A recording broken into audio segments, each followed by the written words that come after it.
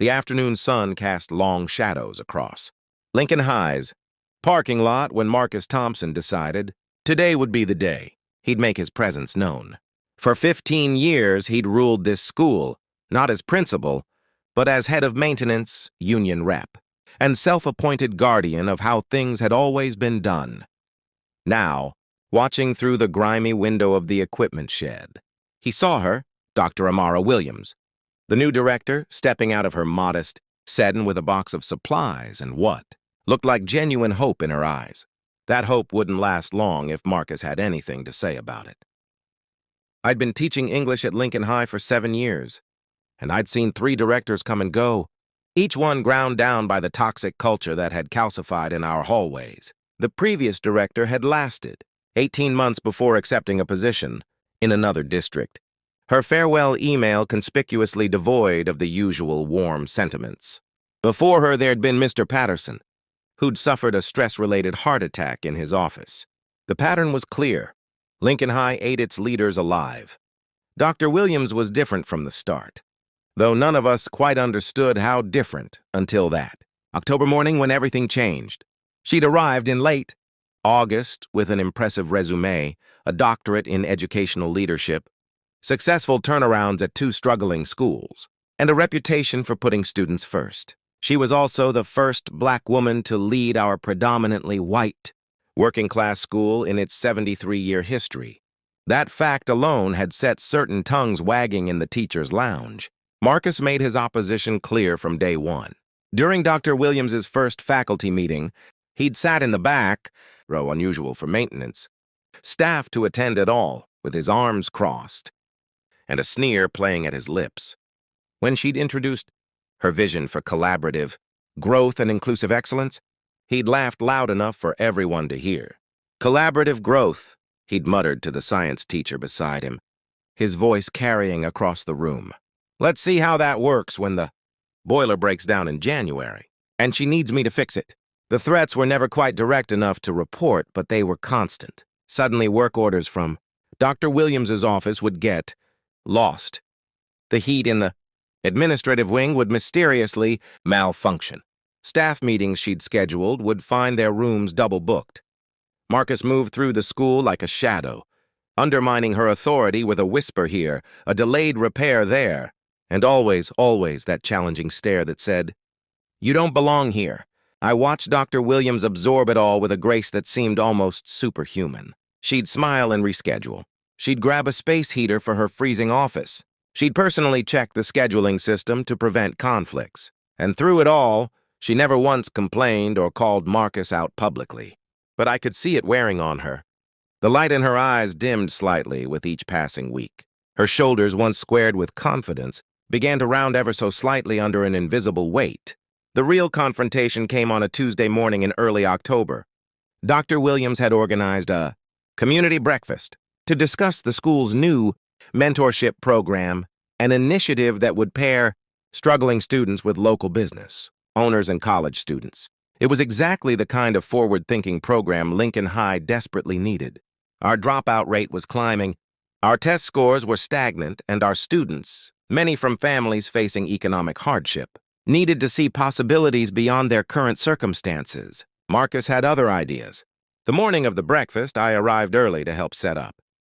The cafeteria was supposed to be arranged with round tables, a presentation screen, and a welcome banner. Dr. Williams had personally designed featuring student artwork. Instead, I found chaos. The tables were still stacked against the walls. The screen was nowhere to be found.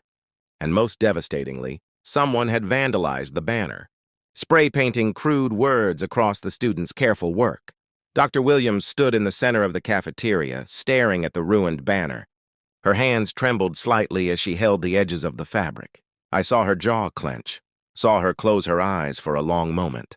That's when Marcus walked in, his timing too perfect to be coincidental. "Shame about that banner," he said, his voice dripping with false sympathy. "Guess the kids around here don't respect fancy new programs. Maybe you should have asked what we actually needed instead of bringing in your big city ideas." Several other early arriving teachers had gathered in the doorway. We all held our breath. Dr. Williams turned slowly to face him. The cafeteria lights reflected off her dark skin, and I noticed for the first time how young she actually was, maybe 35, with everything ahead of her, now facing a man determined to break her spirit. "Mr. Thompson," she said quietly, "would you help me set up the tables, please?" He laughed, a harsh, ugly sound. "That's not in my job description at 7 a.m. Besides, seems like you've got plenty of help." He gestured dismissively at those of us watching. "Unless you're saying you can't handle a simple breakfast setup? Maybe this job's too big for someone like me?" Dr. Williams finished his sentence, her voice still calm but with an edge of steel now. "Is that what you were going to say, Marcus?" The cafeteria went absolutely silent.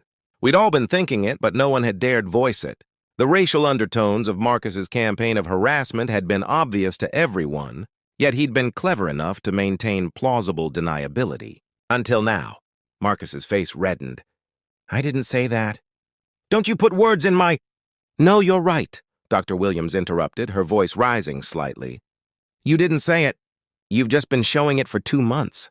The delayed repairs, the lost work orders, the scheduling conflicts, the whispers in the hallways."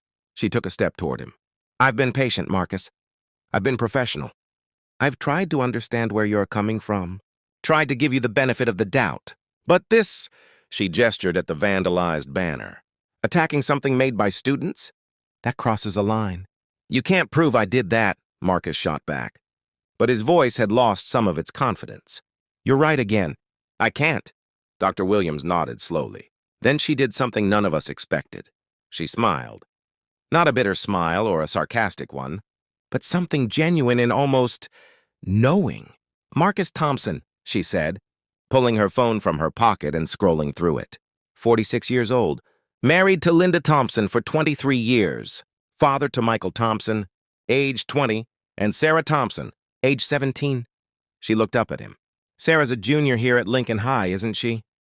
Marcus's face went pale. "You leave my family out of—" "Sarah Thompson," Dr. Williams continued, her voice gentle now, "is one of the students enrolled in our new mentorship program. In fact, she personally submitted a beautiful essay about wanting to become a civil engineer but being afraid she couldn't afford college. She wrote about feeling invisible, about feeling like nobody believed in her. Potential." Dr. Williams's eyes glistened. "Your daughter has incredible dreams, Marcus, and she's terrified they'll never come true." The silence in the cafeteria was deafening. I matched Sarah with Emily Chen, a structural engineer at Morrison & Associates, Dr. Williams said. "Ms. Chen has already committed to helping Sarah with her college applications and connecting her with scholarship opportunities. They were supposed to meet for the first time today, at this breakfast that you've tried so hard to sabotage." Marcus stood frozen, his mouth opening and closing without sound. Dr. Williams walked over to the vandalized banner and gently folded it. "This artwork?" She held it up. "The flower in the corner, the one that's partially covered by spray paint?" Sarah drew that. "She stayed after school for 3 days to get it perfect. I saw it then, the moment Marcus Thompson's entire worldview cracked wide open." His eyes moved to the banner, and I watched recognition and horror flood his face as he saw his daughter's signature in the corner. "I haven't been trying to take anything from you, Marcus," Dr. Williams said softly. "I've been trying to give something to everyone, including your daughter. Including you," she paused. "But I need you to ask yourself something. What are you really fighting against? Change? Me? Or the fear that maybe, just maybe, things could actually get better around here?" Marcus's hands were shaking now. He opened his mouth, closed it, then opened it again. I didn't know Sarah had—" His voice cracked. "She doesn't talk to me about school anymore." "I know," Dr. Williams said. "She told me. She said you've been angry a lot lately, stressed about job security and changes at the school. She said she didn't want to bother you with her dreams because you had enough to worry about." A tear rolled down Marcus's weathered cheek. "What happened next I'll remember for the rest of my life." Dr. Williams crossed the cafeteria and stood directly in front of Marcus. Then she held out her hand, not in confrontation, but in offering. "Help me," she said simply. "Help me make this school better. Not for me, but for Sarah. For all our students. You've been here 15 years, Marcus. You know every pipe, every wire, every squeaky door. You know the families and the community. I need that knowledge. These kids need it." She kept her hand extended. But I need you with me, not against me. Can you do that? For a long moment, Marcus just stared at her hand. The silence stretched so long I thought he might turn and walk out. Then, slowly, he reached out and shook it. I'm sorry, he whispered, his voice breaking. I was scared. Scared of losing everything. Scared that I didn't matter anymore. He looked at the banner in her other hand. I didn't do that to the banner, I swear, but I know my attitude made it possible. I made people think it was okay to disrespect you. Dr. Williams nodded. I believe you. And Marcus, you matter. You've always mattered. I just need you to see that other people matter too. What Marcus did next surprised everyone. He turned to face all of us watching from the doorway and said, loud enough for everyone to hear, I've been wrong. Dr. Williams is trying to help our kids, and I've been so busy protecting my turf that I couldn't see it. That changes today. He looked back at her. Tell me what you need, and I'll make it happen. Within an hour, Marcus had rallied the entire maintenance crew. Tables were arranged. A new screen was found. And while we couldn't fix the banner in time, Marcus went to the art room, gathered supplies, and worked with 3 students to create a new one. Simpler, but made with genuine care.